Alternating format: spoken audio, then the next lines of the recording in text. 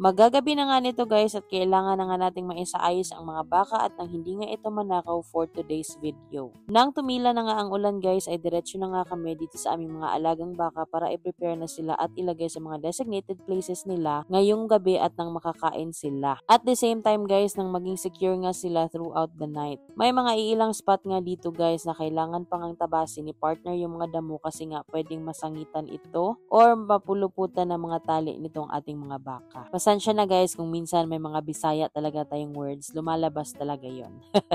At ako naman dito guys ang tagapaglipat nitong ating mga baka habang si partner ay nagtatabas nga ng mga iilang damo. Eto nga pala guys si Jack ang una nating ililipat ng pwesto para nga maging secure sila. Syempre guys kailangan nating pukpukin yung bakal niyan at nang hindi nga din sila makawala. Grabe si Jack guys, busog na busog yung tiyan. Ayan nga guys pasunset na niyan at konting oras na lang ay magdidilim na talaga. At dyan naman namin nilagay si Badok guys kasi nga favorite spot niya din yan. Dinala ko na nga itong motor namin guys dito sa kabila kasi nauna na nga si partner para nga makapagtabas pa siya ng damo. At ayan si Dodong na prepare na natin, maging ito nga din si Bambam. At syempre guys si Abdul okay na rin yan and all goods na tayo para sa kanilang lahat dito. Bali tinapon ko na nga yung tubig na laman ng balde at umuwi na rin kami and that's it. Bye!